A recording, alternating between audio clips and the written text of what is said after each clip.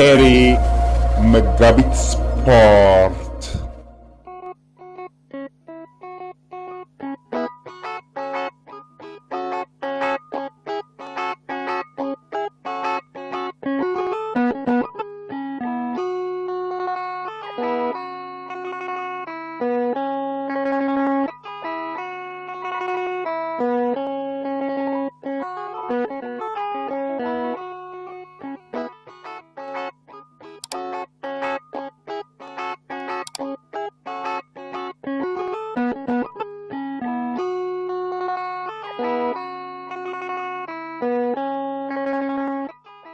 سلام كميت وعلو تخطاتلتي إيري مجابيت سبورت سناي وفسها زعسولو سنبت كخون لكم إنا تمننا نابعلتاو زينا سبورت خنسكروكم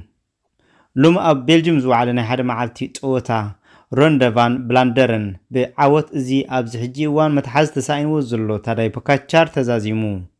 فاندربولن إيفنبولن دما كالاين سالساين كينوم زازيموم ጸወታ ከውዳእ ከባቢ 100 ኪሎሜትር ምስተረፎ እቶም ኣለዉ ዝበሃሉ ናይ ሓደ መዓልቲ ተወዳደርቲ ከም በዓል ፖካቻር ቫንደርፑል ኤቨነፑል ፔደርሰን ቫን አርትን ዝኣመሰሉ ብርክት ዝበሉ ተወዳደርቲ ናይ በይኖም ግሩፕ ፈልዮም ንቕድሚት ክውንጨፉ ተራእዩ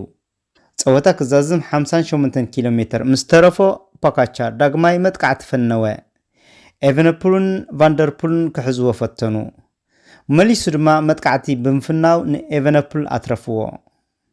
ጸወታ ከውዳ 18 ኪሎሜትር ምስተረፎ ዳግማይ መጥቃዕቲ ፈኒ ንቫንደርፑል ጠንጢንዎ ብምኻድ ነዚ ጸወታ ተዓዊትሉ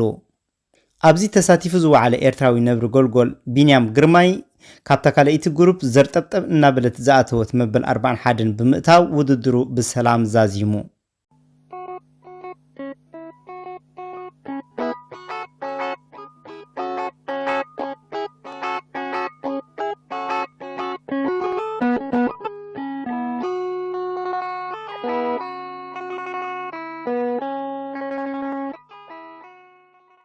ኣብዚ ውድድር ናይ ደቂ ኣንስትዮ 164 ኪሎሜትር ርሕቀት ዝሽፍን ውድድር ውዒሉ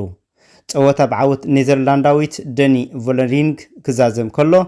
ፈረንሳዊት ፍራንድ ፕሮቨት ፓውሊነ ካልአይቲ ኔዘርላንዳዊት ፒተርስ ፑክ ሳልሰይቲ ኮይነን ኣብ ፖድዮም ደይበን ጉብራት ተኸታተልትና ናይ ሎሚ መደብና ኣብዚ ይዛዘም ካብዚ ንላዕሊ ንኽንብርትዕ ደገፍኩም ኣይፈለየና ሼር ሰብስክራይብ ላይክ ብምግባር ኣብ ስራሕና ዓቢ ሞራል እሞ ብእትገብሩና ደገፍ ኣዝና ነመስግን